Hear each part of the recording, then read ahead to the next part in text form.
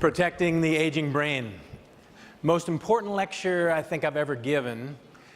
You're the first audience to ever hear it. So let's get started.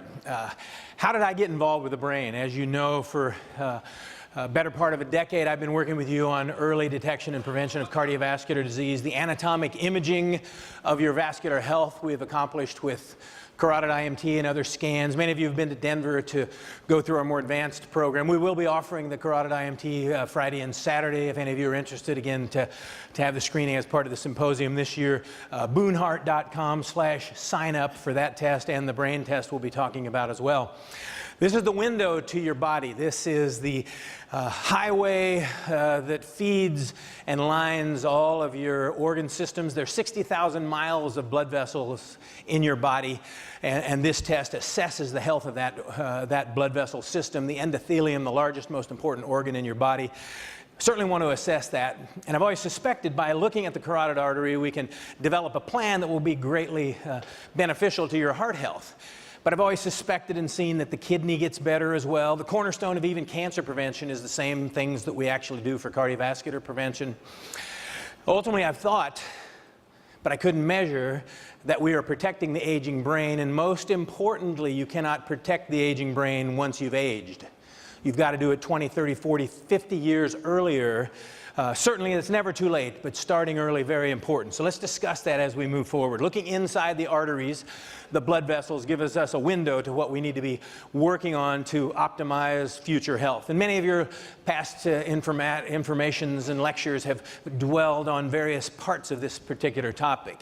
The carotid artery lends itself to B-mode ultrasound, very easy to access this centimeter-wide organ, this centimeter-wide blood vessel, to get an idea of what's going on in the rest of those 60,000 miles. So that becomes very important. The blood flow, looking as the red we see on this slide. And as you can see on the right of the slide, the heart and the brain. This is the highway, the connection between the two most vital organs of the body. Here's the arterial wall, the muscular structure around the big blood vessels, and then this arterial lining is where vulnerable plaque develops. But that lining thickens based on almost everything that we can think of that's not good for you. It'll be thicker with bad genetics, aging, males worse than females, cholesterol, blood pressure, inflammation, oxidation, everywhere in your body. This, to me, is the great intersection of who you are at whatever time of your life we assess you. And then we can measure how thick that is based on what thickness there ought to be at that particular time of your life and give you an arterial age. So that's how we've been functioning for some time. But then again, the organ at the top of this chain is the one that I'm kind of interested in. What could we do to help that? I know we're improving that vital organ. I've seen that with my patients anecdotally as they age very gracefully. My 91-year-old father is maybe one of the best examples. He's kind of our experimental character, and he's 91 now. And he played the national anthem at the Boulder in front of 50,000 people, went to the Cardinals-Cubs playoff game, wrote and is selling children's books, and is enjoying life at 91. So, you know, that's one case anyway. We haven't been able to measure why is his brain so healthy, but he is doing everything I told him to do for probably the last 20 years. Up until about 20 years ago, I was his son, and he knew that, you know, you don't really listen to your son until they may have proven themselves a little bit longer. But he's doing well, so something's going on to protect the aging brain. In that lining, being from Kansas, I often refer to that as the yellow brick road. You know, it's the pavement lining the highway that is your artery system. All this is going on, and you've heard brilliant lectures throughout this week and in past years about all the things that are going on in this layer. And that layer, I want to normalize everything I can measure, from insulin to inflammation to cytokines to LPPLA2 and other plaque issues. The particles of cholesterol are floating down the bloodstream. They permeate this permeable lining. They're viewed by the body as foreign bodies. They're attacked by white blood cells, and they give all sorts of evil humors. Those can be measured. Now, unfortunately, and one of the reasons I love speaking to this audience is that, unfortunately, cardiologists are very good at saving you at the end of life. Neurologists are great at, stroke care. Even oncologists are great at writing chemotherapy, but all three of those professions are greatly lacking in aggressive early preventive strategies. And that's unfortunate, but that's kind of what we want to focus on today. How could we take those ideas and optimize them and prevent your health from deteriorating, especially your brain health? Now, all of these various issues that we can measure in the lining of this artery, and we can also measure the thickness of that lining. All of those are included in a lot of advanced blood profiles, Cleveland Heart Lab, Boston Heart Lab, various other issues, Singulex, other laboratories will evaluate very detailed assessments of your blood. Seek those out in your practice. Either come to Denver and get that, or seek that from your primary care doctors to look at advanced markers. The top 5 tests are ones that I did in medical school a half a century ago, it seems like. And they're still doing the basic cholesterol profile today. Everything we know about it is true, but there's so much more. You need to measure those, and then, more importantly, optimize those. All of us men are guilty of sort of denial. You know, if we find something abnormal, we got an excuse for it. Well, you know, I just had a bad meal last night, or my blood pressure really isn't that high. Embrace those abnormalities and treat them, and you will have a healthy aging heart, and I think brain as well. Much like a river flowing in those 60,000 miles, we want to look at that vascular system compared to this very long river. The vessel walls are like the banks of the river. They can be jagged, covered with plaque. And then the pressures are ones that surge in the blood vessel system as well, worsened by stress. We want to purify the water, control those raging currents, heal the banks of the river. And I can see that easily in your heart and in your carotids and in your legs. I can see that visually, anatomically with imaging, but I can't see it in the brain. The brain's like a big stick of butter. You can't really anatomically assess it. Also, when you do CAT scans or MRIs, they look about the same in somebody who's very normal and somebody who's very sick with borderline dementia. The one thing that I see that frustrates me is that when I do have a patient get an MRI or a CAT scan, the radiologist will often say this about a 60-year-old. Atrophied brain, multi-infarcts, evidence of ischemia, normal for age. So what we think of is a typical 60-year-old has a shrunken brain with a million tiny strokes. Now, I know we can prevent that. When whatever is Alzheimer's, beyond that, inflammation, oxidation, important. Even Alzheimer's, the first thing they do in any of the books that you'll read or movies that you'll see, they put them on a statin and an aspirin. They treat atherosclerosis, concomitant diseases, diabetes, coronary artery disease, atherosclerosis, and alcohol are the 3 common threads often in Alzheimer's issues. So those are things we can treat, even if we can't quite precisely define what's going on in this arena.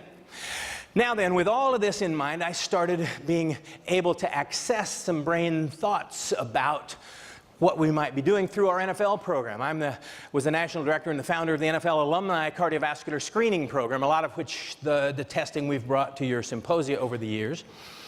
And in that regard, we tried to optimize the cardiovascular health of these big former NFL players. And at the Pittsburgh Steelers training, or the Pittsburgh Steelers program, was the first time they began to involve the brain doctors. As you know, in the NFL now, much more important than the heart is the brain. Even the great new movie out is about those issues. In the audience, Mean Joe Green and all the Pittsburgh Steelers alumni, but lecturing was Joe Maroon, MD, neurosurgeon, head of neurosurgery at the University of Pittsburgh. Pittsburgh is actually quite a good town for neurosurgical issues, and he's also probably more famously, the Pittsburgh Steelers neurosurgeon. And he's lecturing, and the first thing he tells this room full of Mean Joe Green and all of his famous colleagues, the most important thing you can do for your brain, concussion, no matter what, everything Dr. Boone just told you to do. Control IMT, cholesterol, blood pressure, clotting, particles, inflammation, oxidation, family relationships, alcohol, tobacco, all of those critical to your brain health. Much more important, he said, than your concussions. Now that falls on deaf ears because there's not going to be $1 billion lawsuit paid on that. So it's still good to help these football players protect from concussion. But that told me, we're on to something. I've thought we could protect the aging brain. But now one of the most famous neurosurgeons in the country said the same thing. So that got me thinking about these issues and moving forward in this regard. And then I came across WAVI brain scanning, again, something we'll offer here. We've got the only 2 devices in the world that are being used clinically. The rest are research devices, very simple way with an integrated quantitative EEG to measure brain health, to get a baseline. So, very interesting. Then these people who are housed in a Nobel Prize winner's office in the University of Colorado, and they've been working on this for decades, and they've got a research project going with, of all things, the University of Colorado football team, who have taken a lot of hard hits to their helmets over the last few years. And those guys are being part of this research project. So that intrigued me as well. We've got a device that might be able to measure brain function, and it might be reproducible, and it can be done on football players, 50 to 100 people a day. That was very interesting to me. And here's what they found. And again, this also continued my thoughts about how do we protect the aging brain. On the left, and from now on, view the colors of blue and green as bad, even though that may not fit with your color wars ideas. And then the emergence of yellow, orange, and red is a good thing for the brain. So I didn't anticipate that trouble in this lecture. Ah, darn. Okay, so moving from the left to the right is a healing brain. And again, in the football arena, this company, and working with the University of Colorado, mostly the scientists, football coaches aren't much involved in this yet.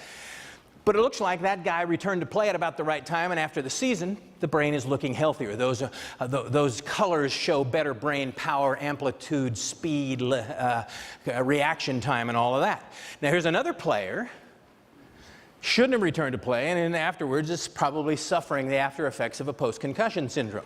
Now, that's not yet being used, although the Broncos are interested in others, not yet being used for football players. But it again showed me the brain changes, the brain improves, the brain can heal itself.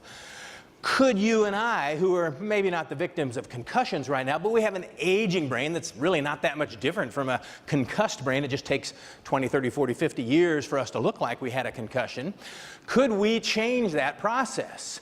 Could we show that with our therapies we might recover the brain just like a concussion potentially recovers itself? So that moved us forward to think if we could protect the great green leaves of the spring of our life and prevent the winter defoliaging of that tree. Can we prevent the fall and winter of life, keep the lawn upstairs green instead of brown? Could we do that? And I think with the optimization of all of these various biomarkers, I've thought we can do it. Maybe we can now measure it. So this is a wireless EEG helmet that they've developed. Again, we've got the clinically useful prototypes. I think we're the only clinic in the world that's doing this testing. The next thing I did was I applied it to my patients. So many of you might have already had this scan and come through our program. And the first wave of people that I tested were people who'd been on the Boone Heart program forever, including my 91-year-old father. And all of their brains looked great. So one of two things could have happened. If the brain scan would have looked bad on all of the people that I thought were good, then either my treatment is inadequate or the scan isn't good or doesn't measure what I'm looking for. But the two merged. And so I have a ton of patients that just have brilliance in their brains. Now, these are parts of your brain you can't test for, you can't practice, you can't do crossword puzzles and make this better. This is at the subclinical level of brain speed, brain power, and reaction time.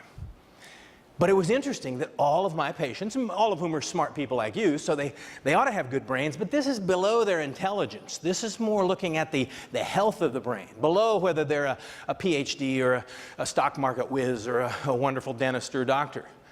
This is below that level, and it measured these kind of issues, and they all looked great because of the medical content of that river of blood and related healing that occurs in that response, or in that process. So, brain power, brain speed, reaction time, all these geniuses that invented this, I mean, they'll spend 10 hours about telling you how much data there is. I want to get it simple of things that are important, reproducible, reversible. And that's what these three numbers are. So we began applying them to also the idea of a brain age. You can see that in this slide, which is more poignantly illustrated in a larger view, there is a decrease in brain power from age 20 to 90. It drops from about 13 in this particular slide down to, about 7 over years. So could we improve that process through our various treatment program?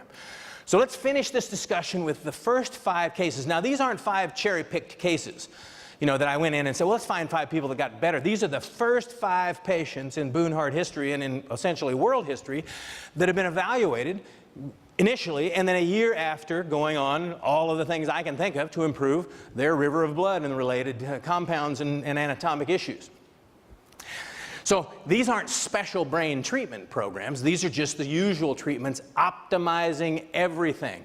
As you get older, you don't want just normal blood pressure, you want perfect blood pressure. And all the data would support that. You don't want just normal cholesterol or normal CRP, you want perfect inflammation, cholesterol, and those sorts of things. And then the body just heals itself, I believe. So this is a 60-year-old physician surgeon, high stress job, just like all of you, most likely. He's an extreme exerciser.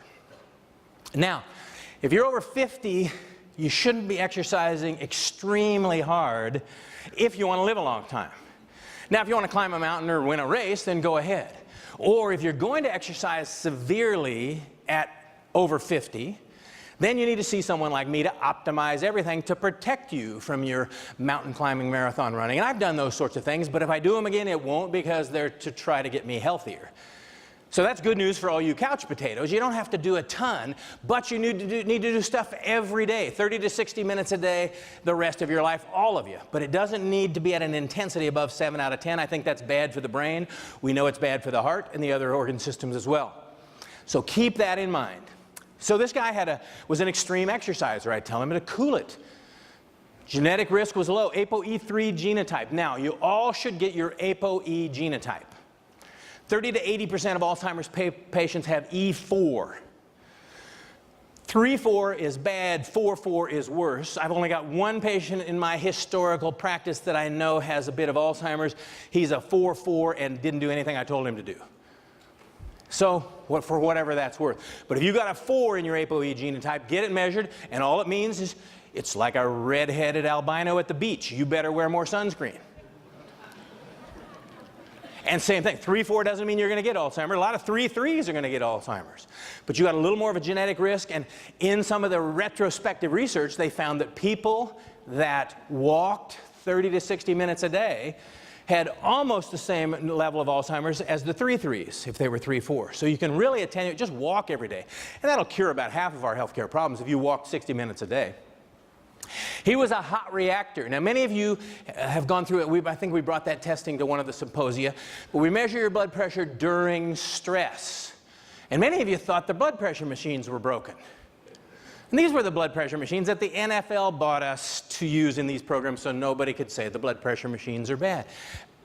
Embrace abnormal blood pressures and treat it. So this guy, and we found several of your colleagues, had normal blood pressure their whole life, but when we look at their kidney, their heart, and the brain, didn't look so good when we tested them during mental stress, severe high blood pressure. They have had hidden high blood pressure for their whole lives, and nobody ever tested them during stress. My favorite time is to be in the dental chair. I mean, I love going to the dentist because it's about the only time I can just lay there and I can't do anything but be cared for. I love getting surgery as well for that reason. You know, you get the idea as your lives are stressful, and the doctor's office might be the only time where you actually have normal blood pressure. So evaluate it during stress. His was very high. He had, quote, normal cholesterol, because what I think is normal is not what your doctor usually thinks is normal, and he had a good genotype. So what happened to him? Here's his brain scan. Power of an 84-year-old, speed of a 116-year-old, but look below that, carotid IMT 1.230. Terrible, one of the worst I've ever seen for a fit, lean, healthy guy. That's what we'd expect in a 110-year-old. So he's got a 110-year-old artery and a 100-year-old brain or so. And he's not complaining of anything. He's not coming in saying, gosh, I can't find my keys and I don't know where I am. He's totally normal. This is all subclinical. And even his cholesterol and inflammatory profile is not that bad. His main problem may have been this hot reactor blood pressure. So here's what his initial scan looked like. And again, you can see the lack of red, if you will. And then here he is a year later. Now, the inventors of this scan are starting to call us up after this scan. What happened to this guy? So they double check the data and they go, what did you do to this guy? So that's one case. So they're kind of intrigued. Then here's kind of the raw data from the WAVI full report. But again, you see in the upper middle, 47% improvement in brain depth power. They just don't see that. It's test, retest. It's pretty much the same test, retest. Reaction time, brain speed, all improved as well. And here's what happened. You can see his artery age has dropped from 110 down to 81. So we're having success in treating his arteries. His cholesterol, all the green numbers mean his inflammation, oxidation, various cytokines and other things are now not just normal, but they're perfect. So he's one that went from normal to perfect, which is where I want to be, and I want all my patients there. Easy to do. And so we see this connection. So now the WAVI inventors are really interested. That's 2 patients, 2 for 2. What are you doing to these guys? Well, here's what we did. Crestor is my favorite statin, but any of them are great. You want to take enough to get your LDL below 70. You want your HDL above your LDL. Now, most doctors aren't going to tell you that, but that's what cleans out arteries, and I want the 60,000 miles in my brain cleaned out, not just my carotid and heart. I want the last organ to die to be your brain. Shouldn't be ahead of anybody else. Okay? Omega-3s, Dr. Maroon gave a study, clubbed a bunch of mice on the head, sacrificed them. The ones who had been pre-medicated with omega-3 didn't have the same lesions in their brain after concussion that the ones that didn't have omega-3. So those mice were enough for me to recommend omega-3. I like omega-3 as an add-on. The other thing we do is something called multi-immunity micronutrients. This is a formulation that we've talked to you about before. Multiple antioxidants, coenzyme Q10, alpha-lipoic acid, N-acetylcysteine, L-carnitine, et cetera, et cetera, et cetera, combined with fish oil, omega-3. The reason I like multi-immunity in this case, it's already been shown to improve DNA damage after radiation exposure. It's been shown to improve IMT, cholesterol. 4 things I liked about their military research, though, in my brain health program, which is the same as my heart health program. Improved concussion recovery after blast injury concussion by soldiers in Iraq. Secondly, it improved post-traumatic stress disorder, ringing in the ears, and hearing, all of which are kind of involved in the brain. So I kind of like a formula that looks like it might help with the brain, just like the mice proved to me maybe the omega-3 helps. So that's our program, inflammation, oxidation. And then in his case, he needed 2 drugs, cozarlosartan, a drug that has less side effects than placebo. So those of you men especially who don't want to take a blood pressure medicine, it's perfect for hot reactor blood pressure because it doesn't lower your blood when you're not stressed out. No side effects less than placebo. If you have side effects to losartan, you need to see a shrink. That's supposed to be funny. No. No, the idea is it doesn't have any side effects. And then he also took Bistolic, which is a designer beta blocker that improves nitric oxide and controls that stress response and heart rate response. And then again, I want him to avoid severe exercise. So, second case. This is an interesting lady. She would be fantastic in front of this audience, a motivational speaker, wonderful person, singer, guitar player, had a stroke after being given hormone replacement therapy in a perimenopausal time, and that's listed on the side effects. A stroke can be caused by hormonal replacement therapy in women. She had a big stroke. 2 years before I saw her, abnormal cholesterol, mother with Alzheimer's, father died young of a heart attack, ApoE3, E4 genotype. 92-year-old power, 81-year-old speed, and she's in her early 50s. And you can see her cardiovascular profile. Her IMT is not bad, but I like it below 0.600 millimeters. So all of you ought to be shooting for below 0.600 millimeters for your IMT. I can't get mine that low. The lowest I've had mine is 0.704. But I keep trying to add extra efforts to improve that yellow brick road, that pavement that lines the highway that is my artery system. And again, this is 2 years after her stroke. And look at her cholesterol, LDL, twice as high as it should be. And then the LPPLA2, that's part of that inflammatory slide that I showed you earlier. 221 should be 150. TNF alpha, that's a measure of active macrophages in that yellow brick road as well. So she's got a lot of evidence of inflammation oxidation. I want to improve it to save her from having the fate of her father, an MI. But I'd also hope that maybe that would save her from the fate of her mother, dementia, and then she's also got this dead zone of stroke issues. So here's her initial scan, and you can see the asymmetry. Again, after a year of therapy, you see the penetrance of a healing brain, and again, you see the actual results covered here. Amazing improvements that we see. Again, she initially started off with 92-year-old brain power, now it's down to 53. Her brain speed is now like a less than 20-year-old, and even her reaction time, which is more closely related to concussion and probably her stroke, has improved, though it's not normal. And you can see her parameters of health much improved. Mostly the LPPLA2, third from the bottom. Plaque inflammation greatly improved. The third most statistical predictor of heart attack and stroke, second to smoking and diabetes, is LPPLA2, yet hardly anybody measures it. LPPLA2, inflamed artery wall. Very important to check, along with C-reactive protein and other inflammatory markers. So normalizing everything, again, looks like to me it might have healed the brain. So now I'm getting excited, and I'm thinking, boy, this would make a great speech to tell the audience about what we're finding here. Here's what we treated her with. Again, she needed third from the bottom, or third from the top, Methyl Protect, which is betaine and L-methylfolate that helps your body use B vitamins better in case you have a deficiency called MTHFR genotype, which means you don't use your B vitamins very well, and it would raise homocysteine. You can see hers was 9, we lowered it to 7.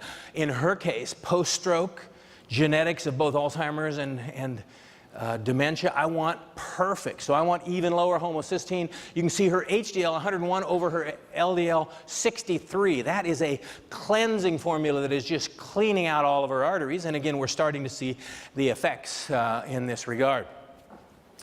Next case, very interesting, 30-year-old. We never see plaque in a 30-year-old. This guy had plaque. He runs a family corporation. He's sort of he married into the family, and he runs all the accounting and the family corporation investments. Low cholesterol, but sticky LP(a). You want to measure LP(a). If you've got high LP(a), your cholesterol is sticky and atherogenic, and you need a little more aspirin, fish oil, and other things to help with that. ApoE3, E4 genotype, and his family history bad for dementia. So he's really worried. And again, we work with him on his cardiovascular health, but we also do the WAVI brain scan. 72 and 61 years of age, both brain power, brain speed. Although you can see overall his cardiovascular status looks pretty good. Low HDL. And their L11 dehydrothromboxane B2 creatinine ratio is a measure of clotting. I was talking to one of your colleagues today about clotting. We give somebody just an aspirin a day, but we don't know if it works. This particular number tells me how much aspirin do I want to give somebody. We want excessive clot control, especially in somebody with LP(a), which is a sticky cholesterol. So I want his vessels greased with all of these things we're talking about, including higher doses of fish oil and aspirin. So here's his initial brain scan. Afterwards, great improvement. In 1 year as a 31-year-old, you couldn't believe the joy on his face as I could objectively show him his brain health improving, which he would have gone the rest of his life not really having that kind of an approach or an assessment. Here's the actual data, 70% improvement in brain power, 37% faster brain as well, and so on. Here's, again, what happened. Everything just went from good to even better. You can see his clot control is now down to 352 from 1845. Again, anything below 1,000 in most of my patients, I want it below 500 in somebody with ApoE4 genotype. Artery age continues to improve. HDL now elevated almost to the level of his LDL. So very good improvements in that regard.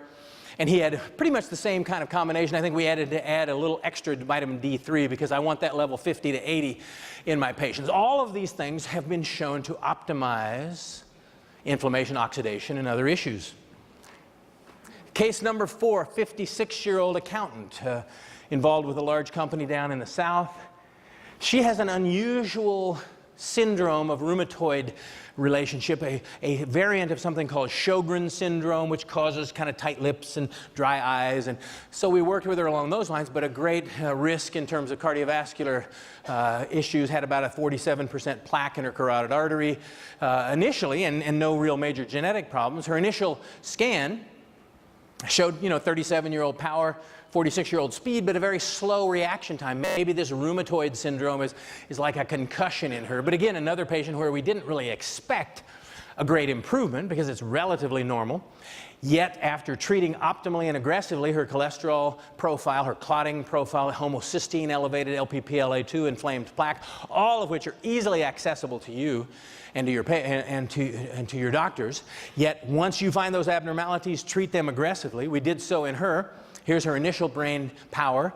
After treatment, again, now we're getting more and more calls from WAVI. What's going on here? They began to really look at the possibilities here. 90% improvement in brain power, 27% faster brain, even reaction time now back to totally normal.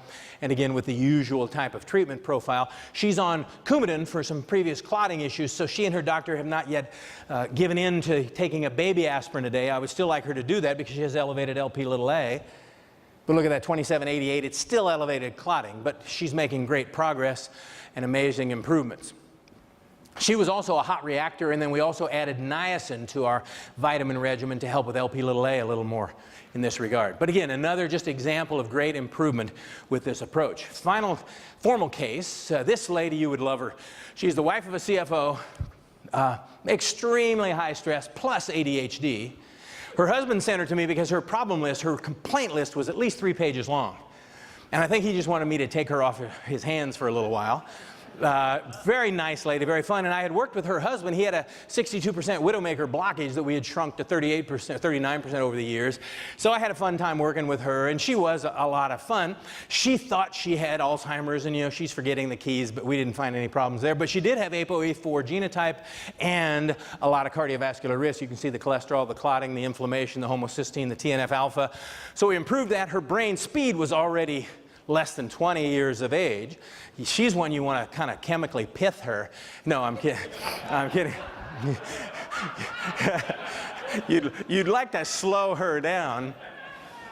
But anyway, reaction time very poor, almost looked like a concussed brain. And whenever I get on the phone with her, it's like 2 hours later, we're still talking. You know, so she gives me a concussion every now and then. But that's what her usual scan, or initial scan, looked like.